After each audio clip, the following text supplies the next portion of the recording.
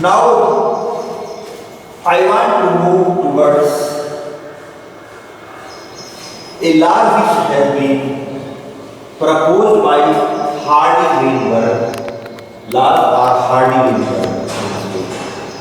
And this Hardy-Weinberg principle is also known as population genetics. So first of all, I want to discuss about the population genetics. So students, you can note down. Population genetics is the study of genetic changes in the population. So this is the first. And what do we mean by population? The group of individuals of the same species is known as population. Group of individuals of the same species is known as population. Now the other term is species. What is species? A species is a group of population whose individuals have potential to interbreed and resultant they produce the reproductive offsprings. Now, with all these three things, that is a population, species, which are very much correlated, and if you are not having clear-cut idea about population as well as a species, then there is a gene pool will not be going to understand clarity of this principle. So now let us move towards the Hardy-Weinberg principle, which is also known as population genetics. In a given population, one can find out the frequency of occurrence of alleles of a gene or a locus. Hardy-Weinberg principle is stated it using algebraic equation. They were formulated this experiment on the basis of mathematical equation. So one thing again I want to clear, what is allele? Allele is the alternative form of a gene.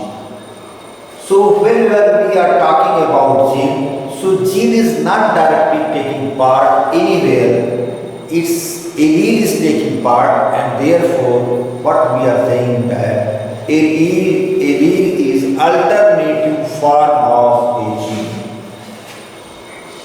So this Hardy-Weinberg principle suggests some of the ideas and how there is evolution of life. Mathematically, he has given an equation. The frequency of occurrence of allele remain fixed and the same through generations. Means that if there is a generation and generation has fixed number of allele and it always remains constant generation to generation. The second thing, the gene pool means that is total number of gene and their alleles in a population. So you can say that is sum of the alleles in a population which is always remain constant. And this is called genetic equilibrium. So genetic equilibrium is always maintained generation to generation. And next idea what he has given, the sum total of all allelic frequency is 1. 1 is constant. If there is a variation, So variation only distribute the frequency among them, but total number of alien frequency in a population will always one. Individual frequency, for example, can be named P and Q like that. One thing is also I want to here discuss that if you remember the Mendelian's law, then you will find that if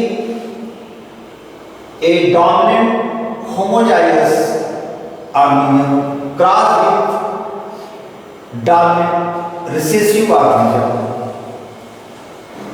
then in first generation, that is heterozygous, and after that if we are having cross, then F2 generation we are having 3:1 ratio, or genotypically we are having 1:2:1 ratio of the organism. Homozygous to heterozygous and one homozygous recessive. Pure.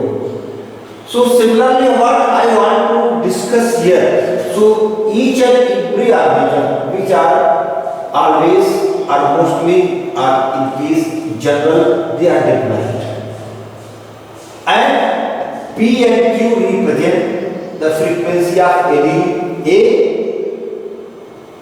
and that is dominant allele, and allele small a. So what is there? Any population, they have constant frequency, that is 1. So frequency of A is P and small a is Q, and therefore P plus Q equal to 1. Now the individual is deployed, so the frequency of A individual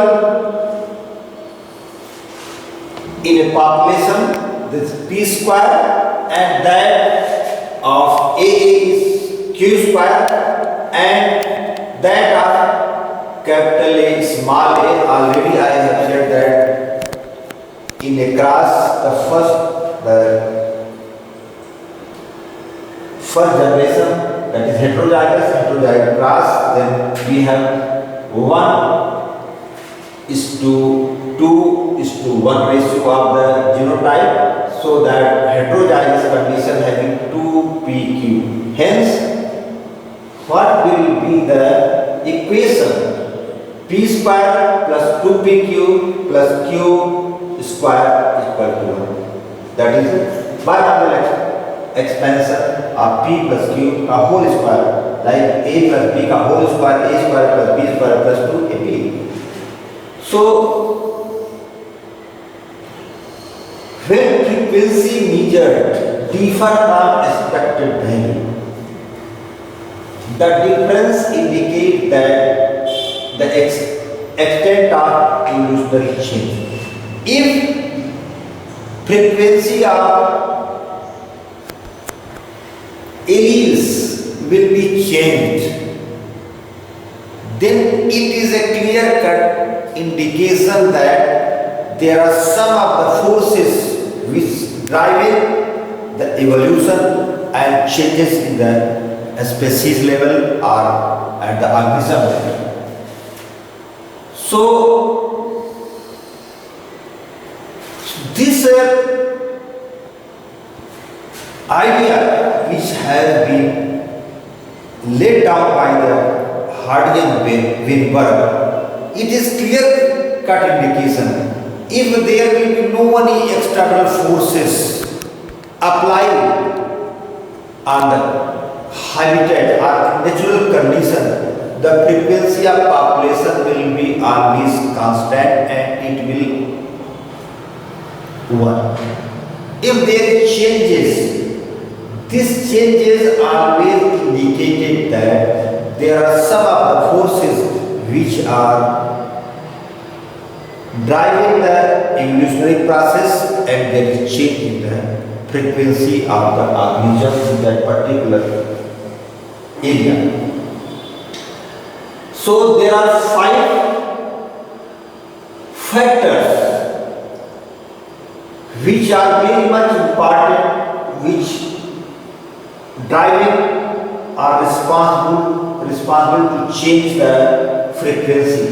So factors affecting Hardy-Webber equilibrium, that is P plus Q equal to 1. Disturbances in genetic equilibrium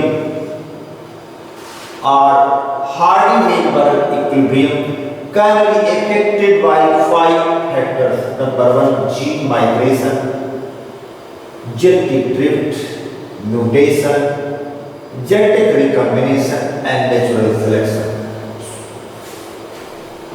Therefore, all these factors, if involved in natural process, certainly it opens the door of the evolution. So one by one I will discuss. That is number 1 is gene migration or gene flow. What is it? Gene migration. So suppose there is a particular population, group of individuals are there, group of species are there, and what will be there?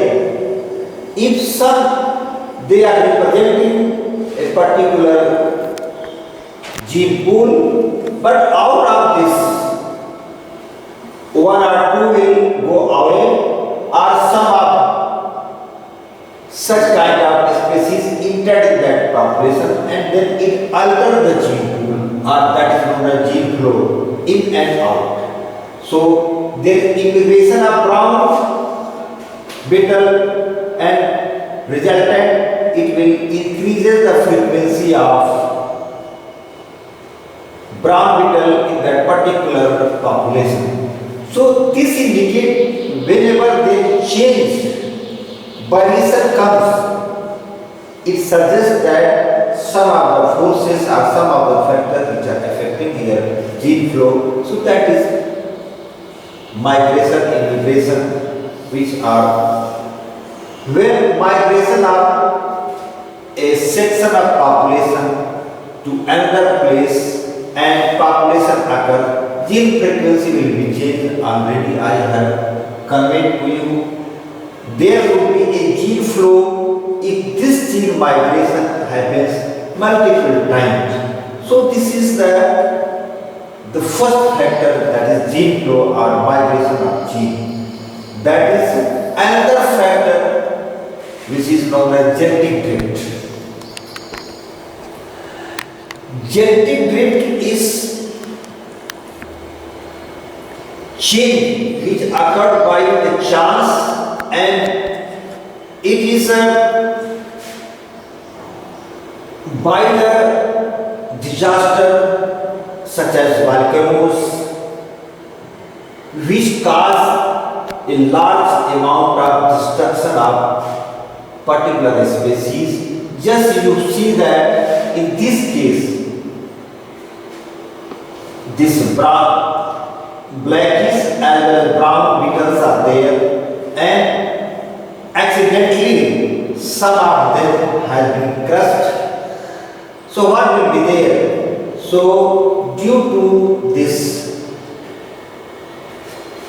accidental crushing or death of beetle, the next population will have change. So therefore that now another what will be there, the ratio will be changed, and frequency of population though will be one, but there will be species which are having different proportion. So if gene migration occur by chance, it is called genetic drift. By the way of some accident or by disaster, volcanoes, already I have told. Sometimes the change in air frequency is so different in the new sample of population that they become a different species. The original drifted population become founder and effect called founder effect. So what I want to clear it, in some of the cases, suppose this is the population and which is mixed, and in this area of population sometimes away in another locality, and by the chance they have been not been survived in that, and survival of this have a specific population, and therefore we can say that this is a kind of evolution which is known as founder effect. And Bitterlet effect is also there, and you can have idea that how the specific species move in which conditions. So therefore that is another effect. Now another factor which want to be discussed here, that is mutation. Sudden changes and heritable changes comes in periphery of the mutation. So microbial experiment shows that pre-existing advantageous mutation result in observation of new phenotypes over few generations. This would result in speciation. So mutation is there, but this is a heritable. That genetic recombination is also one of the very important for shifting or responsible for creation of new species or for the evolution. Already we have learned about that if a cell is there and a cell is having the gene, or you can say that is chromosome, or you can say that is DNA, and that drives the life, that is vital force of the life, functional molecule of the life, and they have been got genetically all the process of life. If there will be change in the genetic recombination or that in the genetic constituents, so that is known as the recombination. Always, if occur in the processing of life, certainly there will be creation of the species, and that is known as species. So natural selection is another factor. Natural selection is a process in which heritable variation enabling better survival are unable to produce and leave greater number of progeny. So adaptive capacity will be more in the organism, they will be survived, and survival of the fittest, as well as they have been selected for longer time. One thing also I want to discuss that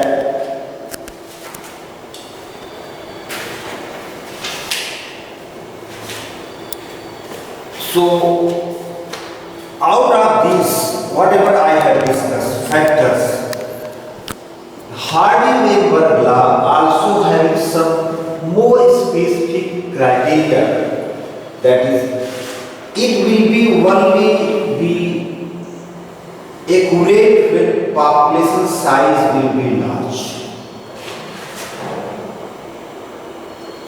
as well as random mating must be allowed, no selectional mating. So these two factors also having a great effect. So population size at the time of study will be larger, as well as the random mating must be allowed. This is all about the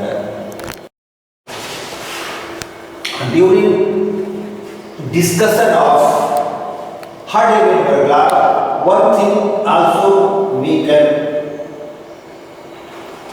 clear by this diagrammatic representation of operation of natural selection on different plates. So So just you see that number of individuals with phenotypes.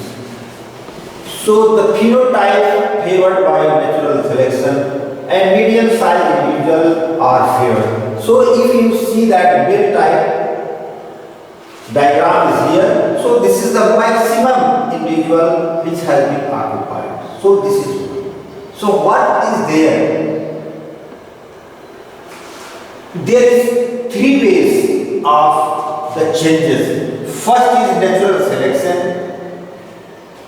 There is stabilized community and which has been followed the medium-sized individual and has specialized bell-type structure. So what is the another, that is a directional change.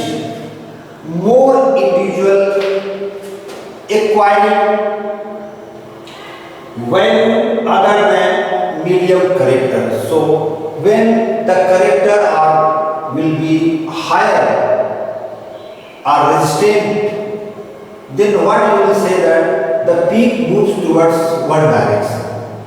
And in some of the cases, the third, that is a disruptive movement of the stabilized species, and there is two peaks. Some of the individuals moving towards lower side and some are having more value than the that is minimum size of individual, which in the early population was in this way. So the peaks have been diverted. So two peaks will be appeared. So by this way there is shifting of the evolution of the changes in the frequency of the population, which indicate that some of the forces have been applied to evolve the population. Thank you.